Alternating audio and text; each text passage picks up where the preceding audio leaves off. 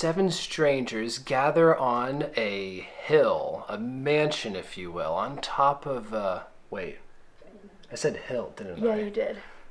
7 strangers gather on a house. Gather in. Here, maybe you should start. I don't want to start. 7 strangers gather in a house that's on top of a hill, and they're locked inside, and through misadventures and creepiness, there's a murder. Not that movie, even though that is a good movie. The movie that we're going to talk about today is the Vincent Price classic, House on Haunted Hill, and it was released in 1959. I'm not a fan of scary movies. Like, the extent of my scary movies before meeting him was probably Scooby Doo. And say the scariest movie I ever watched was A Bug's Life. Because that one grasshopper is terrifying. I am not a scary movie person, though. I think you secretly are. My brother-in-law says I'm a closeted horror movie fan, but we'll see in the upcoming years. My family watched it when I was maybe a senior in high school, and we watched it, and it's terrifying. This is a very cheesy horror movie. Mm-hmm. It was made on $300,000, which back in the day, even for a movie, was not a lot of money, and it still scared a whole lot of people, and Alfred Hitchcock saw this movie, and he realized, oh, I can make a better movie with the same budget. And that's kind of where Psycho came from. We watched this movie in our home on a fairly small screen. Yep. And so you lose some of the fear factor that the movie inherently has. We started talking about the experience of watching this movie in the theater in 1959. So the screen goes dark. The theater would go dark. And then suddenly out of nowhere, you hear a scream.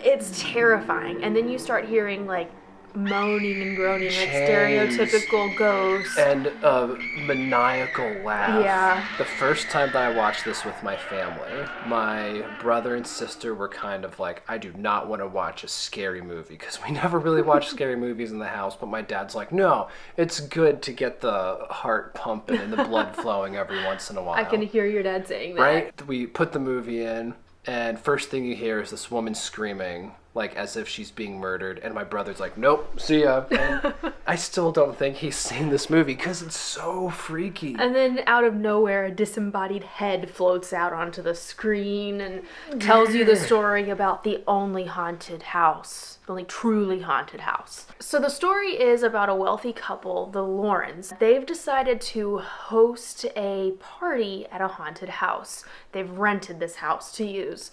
For one night. That was a horrible Vincent Price. Yeah, that was awful. Keep going. And they both insist basically that it was the other person's idea, which fits with what you see of this couple. They hate each other. Like, it becomes clear pretty quickly that they've each attempted to kill the other person. Well, and we also learned that Vincent Price, this is his fourth wife. And the first wife went missing, and the other 2 died of a heart attack in their 20s. So, He invites 5 or 6 people, and he basically says, if you can last the night, I will give each of you $10,000. They all have one thing in common: they all need money. So all these people are like, oh yeah, I'll stay the night in this haunted house. And you're kind of going into it, this is a cheesy premise, this is a cheesy setup. But not too far into it, things start happening. Before the house is locked for the night, it's like this trial period where the guests have to make their decision. Are we staying or are we leaving? And they're all eventually explained.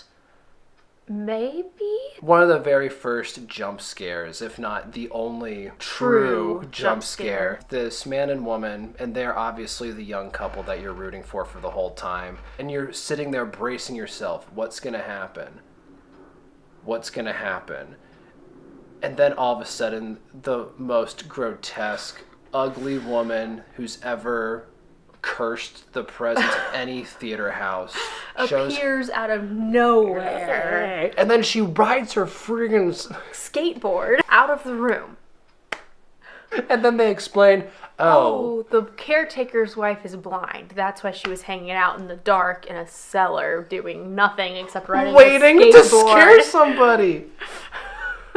This movie is very cheesy, but it does well to scare you. The lighting and the sound it's very effective. There are moments where the camera does a slow pan across the room and either doors are closing or lightning, something's going on, and it is very suspenseful. When this movie first came out, they sent, along with the reels of film to each movie house, they sent something called Immergio, which was a special effect that was introduced in this movie. And basically, at the very end of the movie, a skeleton rises and attacks the last woman on screen. And I guess they gave instructions to install a live skeleton behind a curtain, and at a certain point, some minimum wage worker at the theater would press a button or pull a reel or something, and this plastic skeleton would float above all of the people's heads and would scare the living daylights out of them. This only went on for a few weeks because when the local boys figured out that, oh, there's a skeleton, they brought their slingshots and shot at it. So that was only a short-lived thing, but I'm sure that added to the terrifying nature of the movie, because to us, things like that are a little bit better known, but in 1959, I'm sure that was a totally foreign concept. I would have ran out of the theater, yeah, to be totally honest. The characters are defenseless in a lot of horror movies. Yeah. This movie, some of the suspense comes from the fact that every character is armed. And so you have people who are not typically armed carrying around guns. Or refusing to carry a gun. Refusing. Yeah. And you've got characters who you know are murderers carrying around guns. So there's this added level of just what's going to go wrong, what's going to go according to plan, that works for this movie to not have defenseless characters. And then you have the one crazy man who's going, the guns won't work against the dead, but he's still carrying a gun around. Yeah. There's a lot of inconsistencies in this movie. Because at one point, Vincent Price says, if you die and don't survive the night, your $10,000 will go to your next of kin. And then a few scenes later, he's like, if someone dies, then we'll split all the money between the people who live. It's not what you said, Vincent Price. The biggest inconsistency is, at some points in the movie, it seems like they want you to believe that the house is really haunted.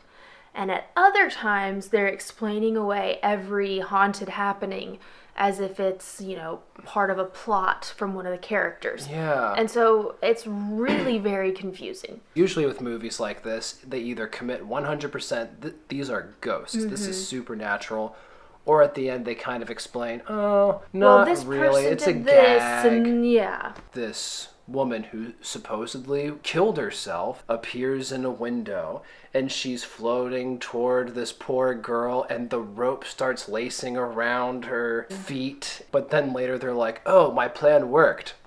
Baloney. That was not a parlor trick. That was Hollywood making it look like it was a ghost. Near the end of the movie, you're seeing all these dead bodies and all these gross things, but then when a woman is screaming, oh, look at that, oh my word, huh? This monster hand comes out to grab her. And when I say a monster hand, I'm not meaning like, oh, someone's hand that looks like Dracula or something. No, it's humongous. it's a wolf man's hand that's coming out to grab her. And I'm like, wait, did somebody pack a wolf man's hand to grab this poor woman? And then it's never mentioned again. It's a monster hand. It doesn't fit with the story of how the house is haunted. It's a confusing movie. If you enjoy watching a movie that is creepy and scary, but not necessarily graphic or gory, please watch this movie. I hate it so much because I scream like a little girl every time one thing happens. And he'll ask me to watch it again next October. Yeah. Thank you guys so much for watching, and we'll see you next time. Were you going to say something? I wasn't. Oh, okay.